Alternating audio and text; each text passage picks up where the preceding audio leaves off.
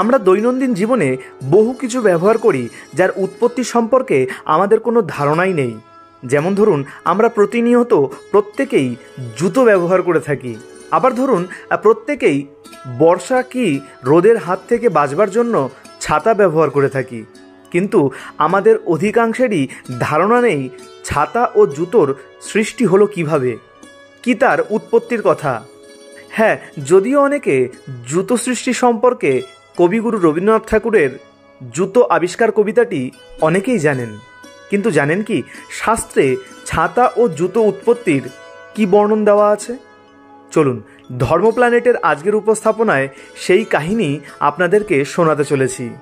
ধর্ম প্ল্যানেটের আজকের উপস্থাপনায় আমরা জানব ছাতা ও জুতোর উৎপত্তি কিভাবে হলো। ধর্ম প্ল্যানেটে আপনাকে সুস্বাগতম। ধর্ম প্ল্যানেটের এমনই ধর্ম সম্বন্ধীয় নতুন নতুন ভিডিওর নোটিফিকেশান সবার প্রথমে পাওয়ার জন্য ধর্ম প্ল্যানেট চ্যানেলটিকে সাবস্ক্রাইব করে পাশে থাকা বেল আইকনটিকে ক্লিক করে যেতে ভুলবেন না। যদি ভিডিওটি ভালো লেগে থাকে তাহলে অবশ্যই লাইক করবেন এবং অনেক অনেক শেয়ার করে সকলকে জানার সুযোগ করে দেবেন। চলুন তাহলে ধর্ম প্ল্যানেটের আজকের উপস্থাপনায় জেনে নেওয়া যাক ছাতা ও জুতো উৎপত্তির পৌরাণিক কারণ কী ছিল। সে কোন এক যুগের কাহিনী, ইতিহাস সেখানে নীরব। তখন ভারতবর্ষে ছিল কত আশ্রম, তপবন, মুনি ঋষিরা বাস করতেন সেখানে। তারা তপস্যা ও যাগযজ্ঞ করতেন, বেদপাঠ ও শাস্ত্র আলোচনা করতেন আর বিদ্যা দান করতেন সকলকে। সেই সময় ভারতবর্ষে ছিল এক মহর্ষি, নাম তার যমদগ্নি। তার পত্নীর নাম ছিল রেণুকা। যমদগ্নি যাগ যজ্ঞ ও তপস্যায় যেমন ছিলেন সকলের নমস্য, তেমনি ধনুর্বিদ্যাতেও তার ক্ষমতা ছিল অসাধারণ। তীরধনুক চালনা করবার সুযোগ পেলে তার আর আনন্দের সীমা থাকত না।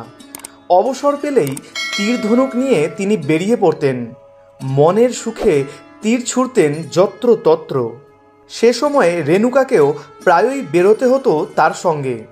রেণুকার কাজ ছিল যমদগ্নি তীর ছুঁড়লে সেগুলো কুড়িয়ে এনে দেওয়া। এমনিভাবে একদিন যমদগ্নি তীরধনুক হাতে বেরিয়ে পড়লেন। রেণুকাকে বললেন, আজ আমি ভালোভাবে ধনুর্বিদ্যা অভ্যাস করব, চলো তুমি আমার তীর কুড়িয়ে দেবে। রেণুকা দ্বিরুক্তি না করে চললেন মহর্ষির পেছনে পেছনে। তখন ছিল গ্রীষ্মকাল, দারুণ গরম। আশ্রমের বাইরে এসে যমদগ্নি উপযুক্ত স্থান বেছে নিলেন। তারপরই শুরু হলো তার সরসন্ধান। তিনি তীর ছোড়েন একের পর এক, আর রেণুকা ছুটে গিয়ে কুড়িয়ে আনেন সেই তীর। যমদগ্নি আবার টঙ্কার দেন ধনুকে, তীর গিয়ে পড়ে আরও দূরে। রেণুকা আবার ছোটেন তীরের পেছনে পেছনে। কিছুক্ষণের মধ্যেই যমদগ্নি খেলায় মেতে উঠলেন। ধনুকের টঙ্কারে চারদিক মুখরিত হয়ে উঠেছে, তীর গিয়ে পড়ছে আরও আরও দূরে। ভারী মজা লাগছে যমদগ্নির। এক মনে তিনি তীর ছুঁড়ছেন আর মাঝে মাঝে রেণুকাকে স্মরণ করিয়ে দিচ্ছেন, তাড়াতাড়ি এসো, কিন্তু দেরি করো না। এইভাবে স্মরণ করিয়ে দেওয়ার কোনো দরকার ছিল না। একে তো স্বামীর আদেশ, তার উপরে যমদগ্নির মতন ঋষির কথা। রেণুকার সাহস কি যে এতটুকু দেরি করে? সাধ্য কি যে সে আদেশ অমান্য করে? তাই যত পরিশ্রমী হোক না কেন উঠি পড়ি করে তাকে ছুটতে হয়।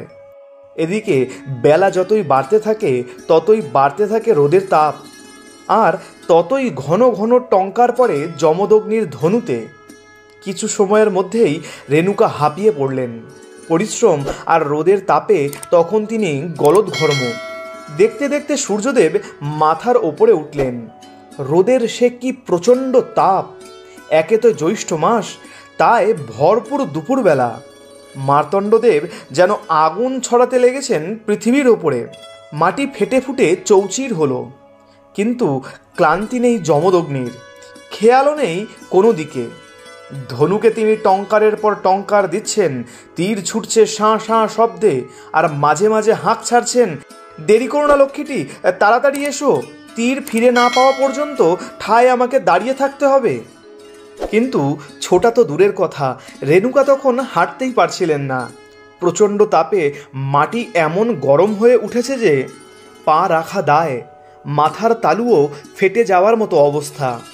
কিন্তু রেণুকা নিরুপায়, না গিয়ে কোনো উপায় নেই। কোথায় কোন দূরে দূরে গিয়ে পড়ছে তীরগুলো। দুপুরের রোদ মাথায় করে সেসব খুঁজে কুড়িয়ে আনা যে কত কঠিন, মহর্ষি তা একবারও ভাবছেন না। ভাববার কি ছাই তার অবকাশ আছে? ঘামে রেণুকার সর্বাঙ্গ ভিজে গেল। সেই কোন সকাল থেকে শুরু হয়েছে দৌড়ঝাঁপ। তিনি অবসন্ন হয়ে পড়লেন, মাথা ঘুরতে লাগলো, চোখে অন্ধকার দেখলেন।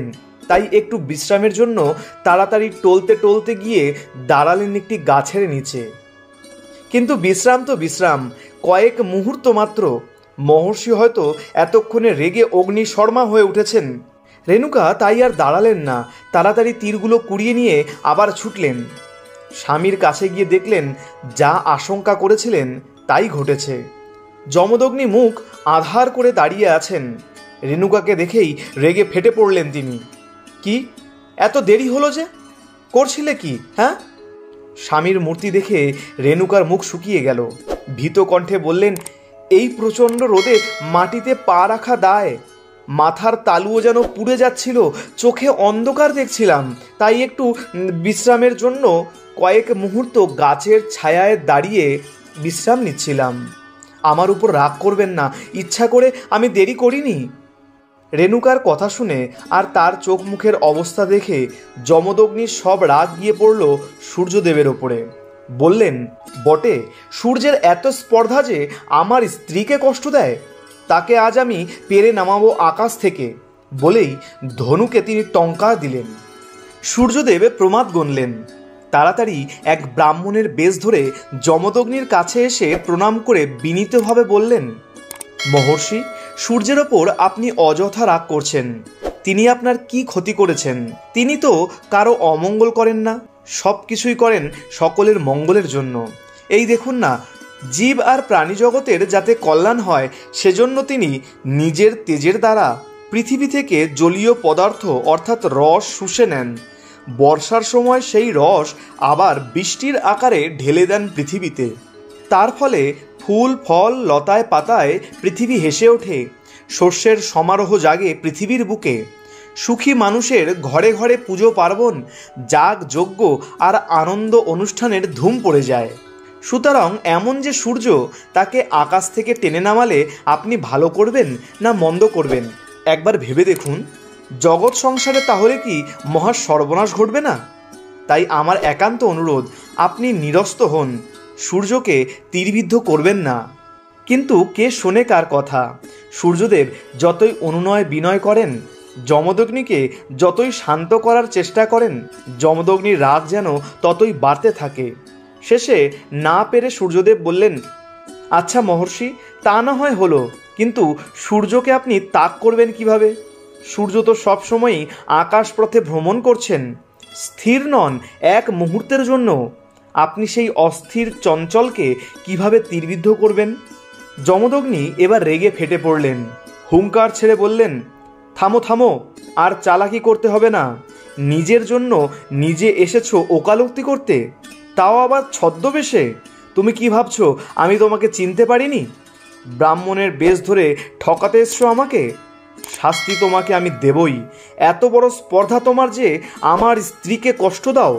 আজ দেখব তোমার কত তেজ। আর কখন তুমি স্থির, কখনই বা অস্থির ভাবছো তা বুঝি আমার জানা নেই? একমাত্র দুপুরবেলায় যে তুমি মাঝ আকাশে মুহূর্তের জন্য বিশ্রাম করো, সে কি আর আমি জানি না মনে করো? সেই সময় তোমাকে আমি তীর মেরে মাটিতে ফেলব। বলেই যমদগ্নি ধনুকে টঙ্কার দিয়ে সোজা হয়ে দাঁড়ালেন।